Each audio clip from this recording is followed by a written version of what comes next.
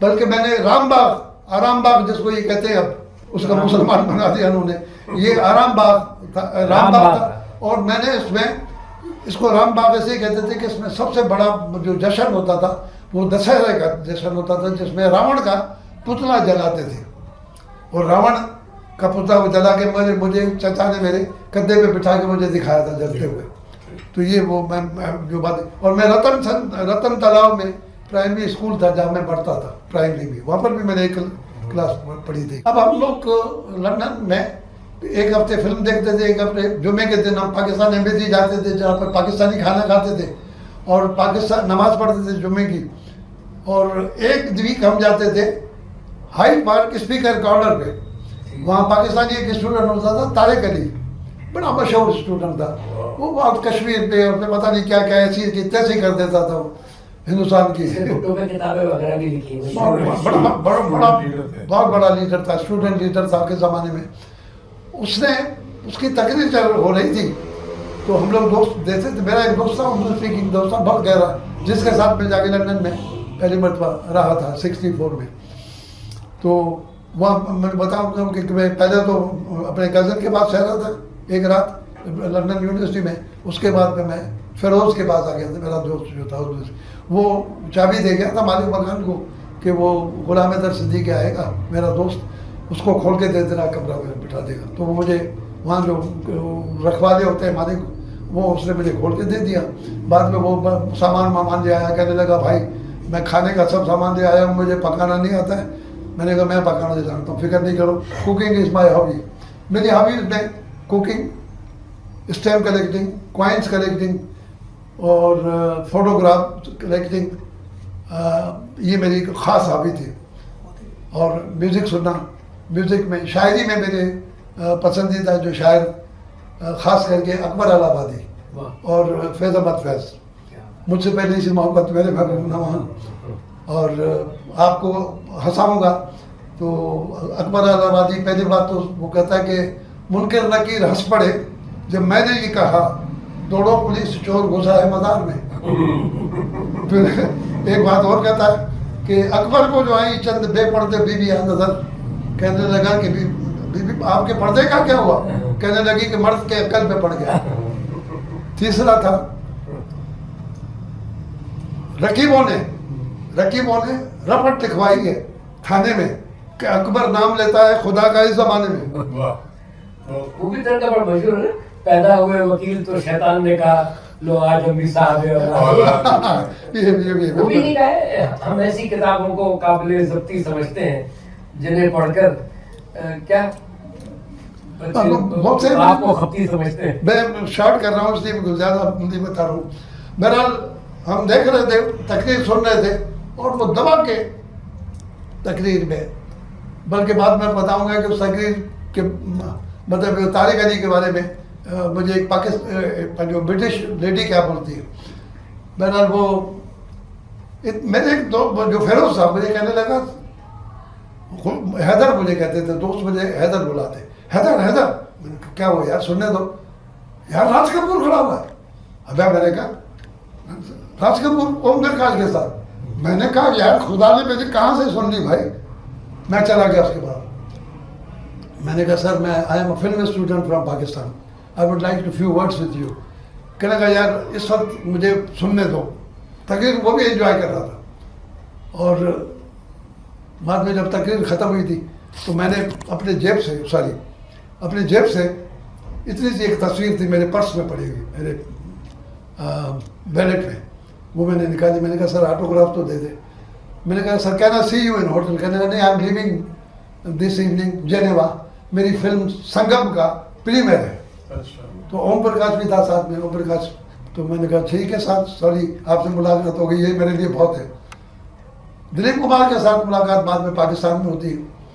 वो मेरी बिल्डिंग में एक खातून रहती थी, उस ज़माने में ब्रिटिश प्राइम मिनिस्टर के इलेक्शन भी हो रहे थे। तो मेरा एक दोस्त था डॉक्टर मेमन, तो वो FRCS कर रहा था, नहीं बल्कि चाइल्ड स्पेशलिस्ट कर रहा था। और वो उसने मुझे इनवाइट किया। मैंने कहा यार मुझे कैमरा चाहिए। कहने लगा तुम मेरे पास आ जाओ, खाना भी मेरे पास खाओ और मेरे हॉस्पिटल में कैमरा भी दे दूँगा तुम्हें। मैं चला गया उनके पास। मैं जब उतर रहा था सीढ़ी तो मेरी आवाज़ सीढ़ी को लकड़ियों की होती है ना वहाँ पर सब चीज़ें, दीवारें भी ये भी, ताकि ज़्यादा सर्दी ना हो। तो उसने दरवाज़ा खोल के mister Siddiqui are you going out? मैंने कहा yes I am on dinner. कहने लगा what time you will come back? मैंने कहा आई डोंट नो। कहने लगा you can join we have a party. मैंने कहा ओके। तो बाद में जब मैं आया तो उसको मेरे दोस्त को बुलावा आ गया वहाँ से कोई इमरजेंसी में, doctor Memon you are required in emergency. मुझे कहने लगा ये कैमरा रख, खाना मैंने ऑर्डर दे दिया, खाना भी खा लेना और चले भी जाना जो तुम्हारी मर्जी जब भी है। मैं चला आया। बस में सफ़र करते थे, टैक्सी वैक्सी तो बड़ा एक्सपेंसिव होते हैं वहाँ। तो वहाँ पर जब मैं आया तो दरवाज़ा मैंने नॉक किया उसका, तो वो बड़ी खुश हुई, बुलाया, सब चले गए। रात को वो रिजल्ट आ रहे थे प्राइम मिनिस्टर के, तो मुझे कहने लगी कि व्हाट वर यू डूइंग? मैंने कहा few days back I listened to a Pakistani student who was speaking. What was he saying? मैंने कहा he was talking about India. तो उसने जरा ऐसा कहा कि why do you मतलब consider India as bad? मैंने कहा कि खैर ये तो इसको बात को तो छोड़ दो आप, लेकिन मुझे ये बताओ कि आपको क्या बात? कह लगी कि मैंने पढ़ा था। मैंने कहा have you ever been out with the colour boy? कह नो आई नेवर। मैंने कहा you don't know what you are missing. मैंने कहा you don't know what you are missing. ये एक मजाक बात हो गई। अब सब कोर्स किया और फिल्म भी बनाई। फिर ये भी एक मजे की बात है, जब हम शूट कर रहे थे फिल्म तो हम एक बैंक के बाहर हमने देखा कि बैंक से एक बंदा दरवाजे के बाहर, हमने बैंक वालों को भी नहीं बताया, लेकिन वहाँ पर शीशे ऐसे लगे होते हैं कि वो अंदर से सब देखते हैं, आप अंदर नहीं देख सकते। तो वो देख रहे थे, हम लोग वो फुटेज नाप रहे थे सब, क्योंकि वो जो फिल्म कैमरा होता है ना उसको आपको डिस्टेंस नापना होता है फोकल लेंथ लेने के लिए। तो वो कर रहे थे बैठे हुए, और वो मैं जो था वो एक खंभे से टेक लगाया वो खड़ा हुआ था।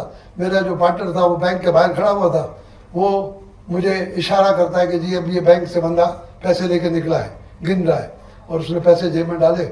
मैं गया, मैंने उसको टक्कर मारी, मैं गिर गया, उसने मुझे उठाया, मैंने उसकी जेब से पर्स निकाल लिया। That was the actual scene. The actual scene। और वो ये साइलेंट फिल्म थी, साइलेंट फिल्म थी। उसके बाद हम गए चले, हम चले गए पब में। वापस किया आपने उसको? नहीं, हम लोग पब चले गए। पब में चले गए तो हम लोग पब में जाकर बैठ गए, बियर वगैरह जैसे वहाँ का रस्म होती है, वो भी अंग्रेज था मेरे साथ, वो जॉर्डन का था मेरा साथी। तो मुझे देखा तो मैं जब वहाँ पर शूट कर रहा था, मतलब मुझे जब शूट कर रहा था तो मैंने देखा रोड के परले तरफ एक पुलिस की गाड़ी आके खड़ी हुई और उसमें एक सार्जेंट बैठा हुआ है। वो मुझे देख रहा है, मैंने जब उसके तरफ देखा तो मुझे यूँ करके उसने बुलाया। मैंने रुकवाया, शूट करके शूटिंग को रुकवाया मैंने। मैं चला गया क्रॉस कर, हालांकि बिजी रोड था, वो रोड का नाम था टॉटनहम कोर्ट रोड। मैंने कहा यस सर बोलना पड़ता है वहाँ तो पुलिस वाले को भी। कहने लगा कि gentleman what are you doing? मैंने कहा सर वी आर शूटिंग। कहना यस बट whom? मैंने कहा sir we are shooting a film. कहने but the bank has complaint, have you taken the permission from the bank? मैंने कहा no sir. कहना west institute, बाजू में गली में ही हमारा इंस्टीट्यूट था, बाहर ही कर रहे थे शूट। लेके गया हमारे पास प्रिंसिपल के पास। हमारे प्रिंसिपल ने उसको कहा कि भाई we have got general permission to shoot anywhere in London. So but he said at least you should have informed the bank. हाँ, मैंने कहा but we never entered the bank. Okay, बात खत्म हो गई सब। तो इस तरह वो अब आप पब में आ गए। अब हम पब में आ गए। हमने वो मतलब एंजॉय किया वहाँ प्रिंसिपल के पास। नहीं, पब से हम प्रिंसिपल के पास चले गए, लेकर गए ना प्रिंसिपल के पास गए। प्रिंसिपल के बाद बात खत्म हो गई, और वो फिर उसके बाद एक आध और फिल्म बनाई हमने। इस जमाने में ब्रिटिश फिल्म इंस्टीट्यूट वाले हमें एक हफ्ते में एक कोर्स होता था मेरा मैक्स फैक्टर का, मेकअप करने का। अब यहाँ पाकिस्तान में मेरा ख्याल बहुत कम लोगों को, मेकअप वालों को मालूम होगा कि फिजियोनॉमी किसे कहते हैं। Physiognomy is the science of faces. किसको कैसे क्या सूट करता है। मिसाल दूंगा, लॉरेंस ऑफ अरेबिया में एंथोनी क्वीन को नाक जो लगा हुआ था प्लास्टिक का लगा हुआ था। अरब का नाक होता है यूं यूं तोते की तरफ, वो अरबी का नाक, उसको अरब बनाया था। और अच्छा, लंदन के फिल्म स्टूडियो में लॉर्ड जिम के सेट पर मेरी पाइनवुड स्टूडियो में मुलाकात हुई थी। पीटर ओटूल, हाथ मिलाया था, कोई ऐसी बात नहीं। पीटर ओटूल और उमर शरीफ से इनसे हाथ मिलाया था। और वहाँ पर अंग्रेजी फिल्मों का क्लास डायरेक्टर, जिसको मैं अंग्रेजी फिल्मों में डायरेक्टर कहता हूँ, उसका कोई मिसाल ही नहीं है, वो डेविड लीन था। डेविड लीन उस जमाने में जब फिल्म बना रहा था, जब हम सेट पर गए थे, तो वो डॉक्टर जिवागो का सेट था, रूस की नावल था। और उससे पहले उसने जो एक फिल्म बनाई थी जिसमें ज़ियामुद्दीन ने टाइटल रोल किया था, passage to India. Passage to India.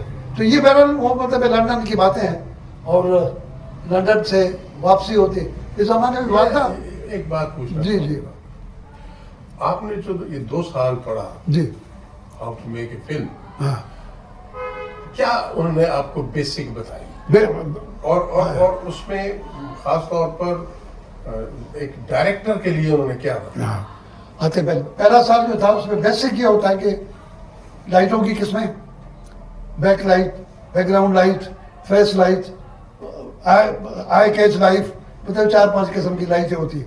उसके बाद फिल्म कौन सी इस्तेमाल होती है, और उसके बाद क्योंकि उस ज़माने में 35 फिल्म होती थी और 16 मिलीमीटर की फिल्म होती थी, 8 मिलीमीटर की फिल्म होती थी। तो बेसिक में जो है ये आपको ये पढ़ाते हैं। और उसमें लेंस क्या होता है, कितने किस्म के लेंस होते हैं, क्लोजअप के लिए कौन सा लेंस होता है, 75, 100, 50, फिर उसके बाद 35 का लेंस होता है नॉर्मल, फिर 25 का लेंस होता है। स्पीड क्या होती है कैमरा की, अगर आपको आर्टिस्ट को तेज भगाना है तो आप कम फ्रेम शूट करोगे तो आप आर्टिस्ट नहीं भागेगा आपके। बुनियादी तौर पर आपको पहले बताया कि मेकअप कैसे किया जा सकता है, मेकअप भी कैसे करते हैं, लाइटिंग है, कैमरे का लेंस है, कैमरे के लेंसेज हैं, फिल्म कौन सी है, गैजेट्स कौन से हैं, 35, 35, 16, 16, और वो बाद में तो 75 भी आ गया था, 75 डबल 35 का, तो 35 का डबल। ये तो सारी एक तरह से टेक्निकल साइड हो गई। टेक्निकल साइड ही बताते हैं ना, पहले आपको मतलब पूरा आपको बता देते हैं कि सब सिखा देते हैं कि आपका। फिर जब आप दूसरा सेट कैसे लगाते हैं, सेट किस टाइप का होता है, ये लाइटिंग कैसे करते हैं सेट पे। ठीक, दूसरा साल था मेरा स्पेशलाइज करने का। मैंने स्पेशलाइज करना था फिल्म डायरेक्शन और स्क्रिप्ट राइटिंग में, how to write a screenplay, मैं स्पेशलाइज हूँ उसमें। मेरे इसलिए ड्रामे मैंने जितने भी फिल्में बनाई हैं उसमें स्क्रीन प्ले मैंने ही लिखा अपना खुद का। तो सब ये वहाँ से 65 में फिर वो असल ऐसा हुआ कि I went into an operation टांग का। तो मैं वहाँ लंदन में ड्यूरिंग द वार 65 वार मैं हॉस्पिटल में था, लंदन से 30-35 किलोमीटर दूर, किलोमीटर नहीं बल्कि मीटर, हाँ मील दूर, माइल। वहाँ पर एक हॉस्पिटल था, जॉयसी ग्रीन हॉस्पिटल, और वो वहाँ पर एक सर्जन थे, सर्जन रासन, जिसने मेरा ऑपरेशन किया था टांग का। और 20 पाउंड उसने मुझसे फीस ली थी पहले, जब मैंने प्राइवेटली दिखाया था उसको। वो मेरा एक दोस्त था, वहीं पर था, 2-3 दोस्त थे मेरे। एक सिद्दीक खल था, वो अपना बैरिस्ट्री कर रहा था। एक मेरा दोस्त था अलवी, मर गया वो बेचारा, आफ्ताब अलवी, वो मेरा बचपन का वो भी दोस्त था, लेकिन वो मेरे अब्बू के दोस्त का बेटा था। उनके वालिद साहब वकील तो नहीं था? नहीं, उनके वालिद जो थे डीसी थे हैदराबाद के, अलवी साहब, आफ्ताब अलवी, वो बैरिस्टर था। तो उस जमाने में मेरे कजन बशीर सिद्दीकी साहब भी वहाँ स्कॉटलैंड में कराची के आईजी रहे, आईजी, ही रिटायर्ड था, मतलब डायरेक्टर जनरल ये शनाख्ती कार्ड का, उसको जयालुल साहब ने वहीं भेज दिया था वो किसी पॉलिटिकल पार्टी के कहने पर।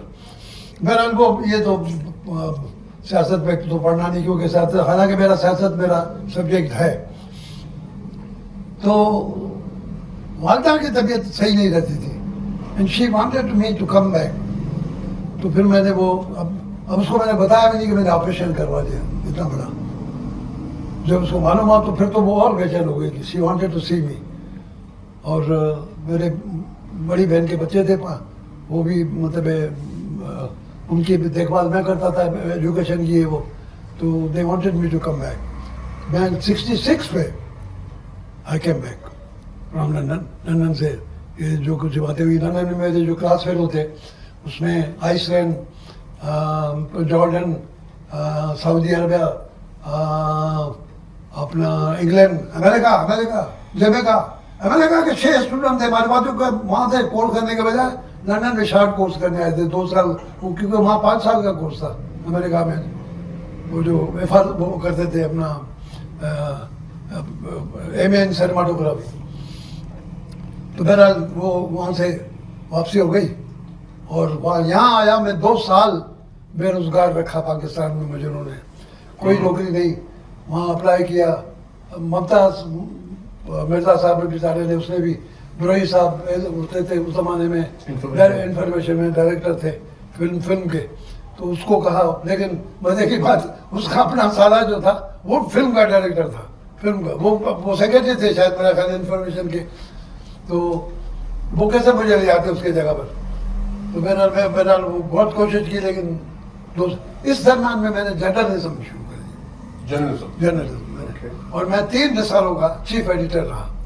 जैसे एक बादल रसाला था मंथली, बड़ा पॉपुलर था बड़ा पॉपुलर, और वो उसका मैंने अमर जली नंबर भी निकाला था। वो निकलता था पहले लाड़काना से, उसके बाद फिर वो हैदराबाद शिफ्ट हो गए। फिर वो हैदराबाद में मैं उसका चीफ एडिटर बन गया। दूसरा यूसुफ शाहीन का बरसात उसका भी चीफ एडिटर था। वो बिल्कुल अखबार जहाँ की तरह एक बड़ा नहीं होता था, हफ्तेवार होता था। उसका मुमताज भुट्टो एडिशन मैंने निकाला था।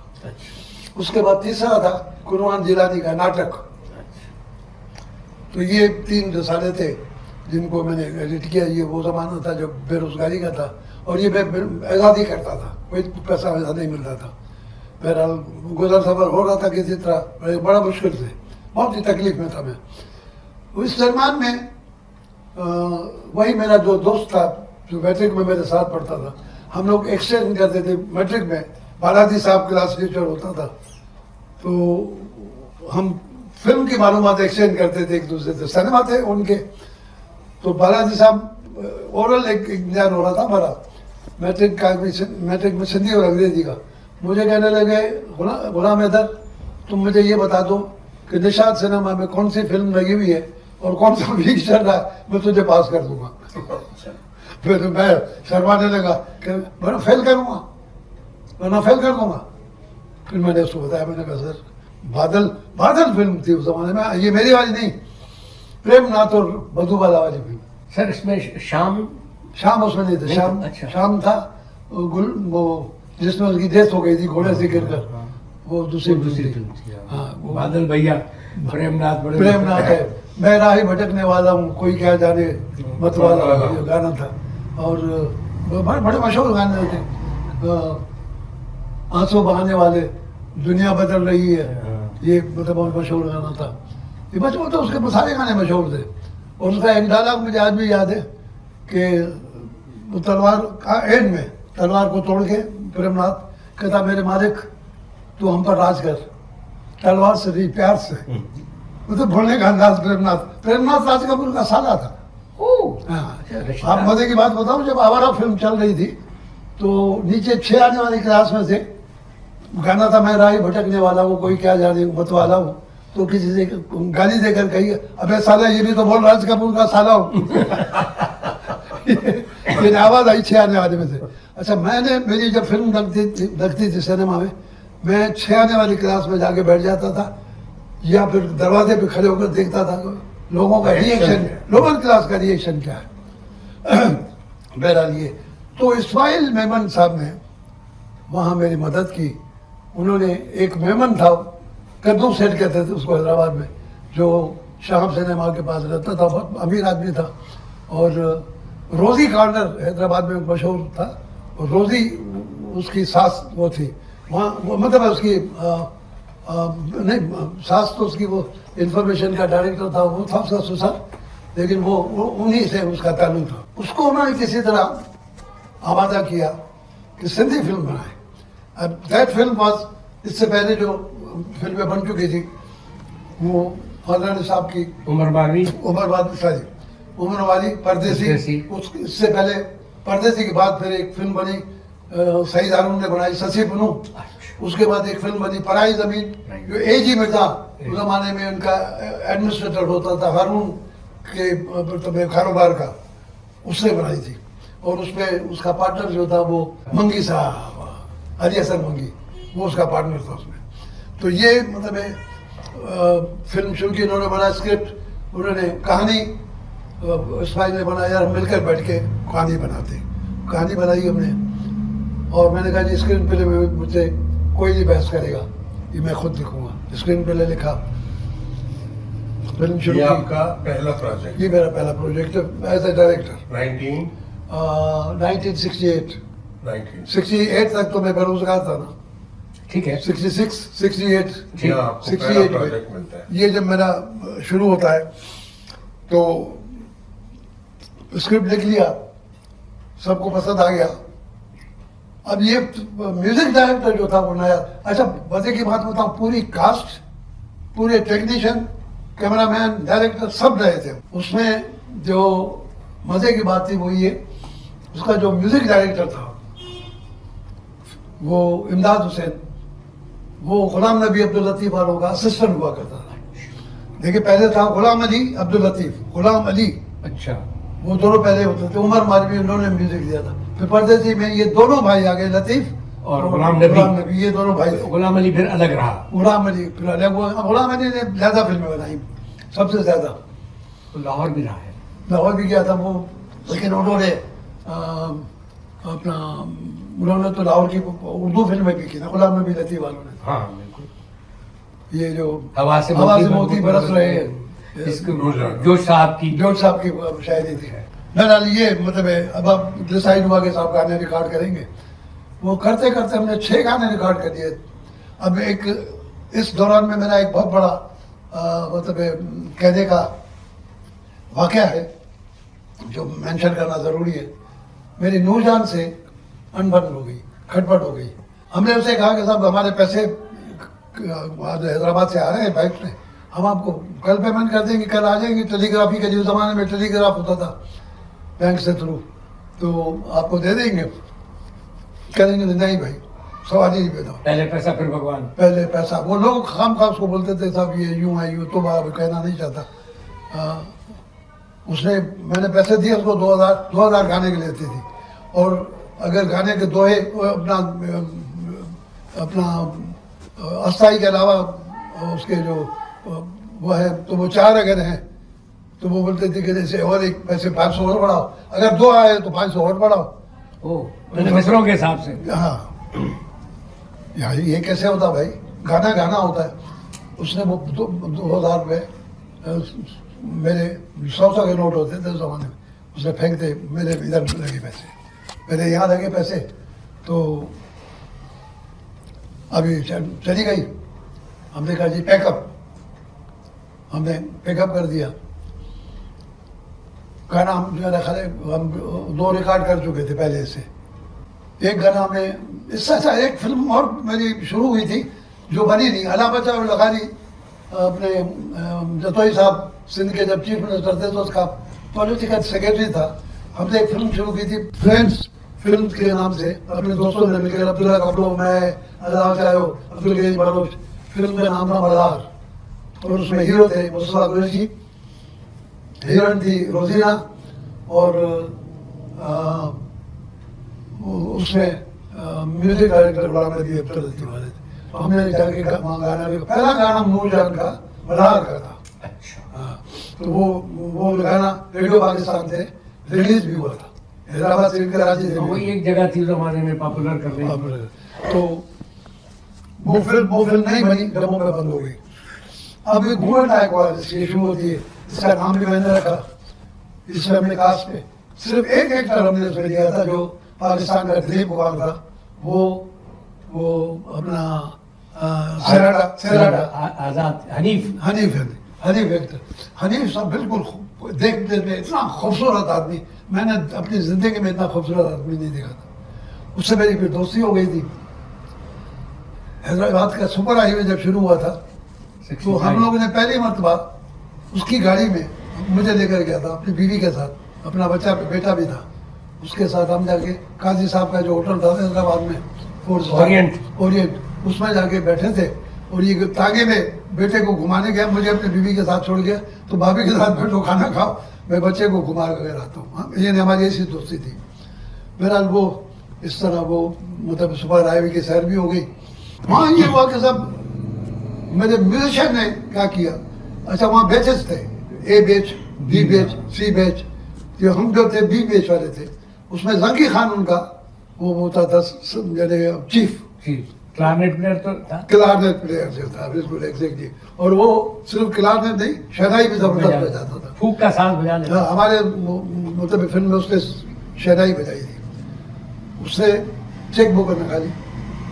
This you are talking about Lahore में जब रिकॉर्ड कर रहे हैं ना जिसने नूरजहां वाला एपिसोड उसने वो निकाला चेक बुक, उसने साइन किए, कहने लगा सदीक साहब ये चेक बुक है, चेक मैंने दिया है, ब्लैंक चेक है, दस्तखत कर दिए, इसमें जितने पैसे आए आप लिखो, जितने लाखों में लिखोगे, हमारे अकाउंट में लाखों में भी है। उनका एक अपना बैच का एक अकाउंट था।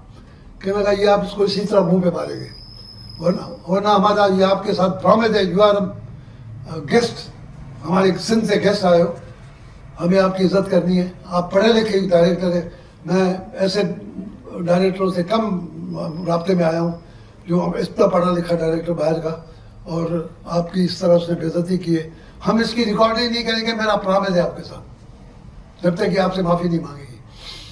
मैंने कहा ठीक है। हम लोग ने डिसाइड किया होटल पे आकर, म्यूजिक डायरेक्टर हमने सब ने ये गाना जो है परवीन अकबर से अब कराएंगे बाकी गाने। परवीन अकबर क्रिश्चियन थी, हमने परवीन को फ़ोन किया, क्रिश्चियन थी, हमने परवीन को फ़ोन किया, परवीन का हस्बैंड क्रिश्चियन था वो भी, उनसे बात हुई, उससे हमने कहा जी हम आपसे मिलना चाहते हैं सुबह और शाम को आपसे हम रिकॉर्डिंग करवाएंगे। हमने उसको बता दिया कि मैडम नूरजहान को हमने बंद कर दिया। अब वो कुछ थोड़ा सा हिचकिचाई, फिर उसने कहा कि नहीं, उसके मियाँ ने शायद उसको बोला नहीं ठीक है वाई नॉट, तो कहने लगे फिर आप ऐसे करें कि नाश्ता आप मेरे साथ करें और आप आ जाए। हम लोग गए, हमने नाश्ता वाश्ता किया, उसके बाद हमने उसको बताया, गाना वाना उसको याद करवा दिया, म्यूजिक डायरेक्टर ने टाइम दे दिया, हमने वो स्टूडियो आ गई। स्टूडियो में जब गए तो मैडम नूरजहान का शाहनूर स्टूडियो में एक छोटा सा कमरा था, एयर कंडीशन, कितना ये जहाँ हमारे दोस्त बैठे ना, ये सोफे जहाँ कैमरा रखा हुआ छोटा कमरा है, छोटा कमरा, उसमें बैठी हुई थी। उसको चाय वगैरह और चिकन का 2-1 पीस रान और सेब वो अपना शाह साहब के घर से आते थे, जो उसका मियाँ शाहनूर स्टूडियो का, वो उसकी बेटी थी उस जमाने दिल में वहाँ। तो शाह साहब तो फिर आप कौन सा एजाज की बात कर रहे हैं आप? किसकी? नहीं नाम क्या था आपने यार, जो शाहनूर तो नूरजहान के नाम से था, शाह साहब के नाम से जो डायरेक्टर था, बहुत बड़ा डायरेक्टर था भाई, शौकत के बाद शौकत रिजवी। तो उन्होंने ठीक है, जेड बेग साहब भी थे, वो भी साउंड रिकॉर्ड से, वो भी बड़े रिकॉर्डिस्ट थे। तो ये लोग दोनों हमारी रिकॉर्डिंग कर रहे थे। हमने रिकॉर्डिंग के लिए रखा तो मैडम नूरजहान का एक बाजा बजाने वाला पेटी प्लेयर जो था वो था, वो उसका उस्ताद भी था, पेटी भी बजाता था, और मतलब मैं साथ भी काम करता था उसके। और उससे वो आया मेरे पास, कहना पंजाबी में बात, मुझे कहने लगा सदीक साहब मैडम तो हमें बुला दी है। मैंने कहा भाई मुझे क्यों बुला रही है, मेरा क्या बात था मैडम से? कहना नहीं वो नाराज हो जाएगी, आप वो यू मस्ट गो देयर। मैंने कहा, मुझे प्रोड्यूसर ने कहा कि जाओ देखो क्या बोलती।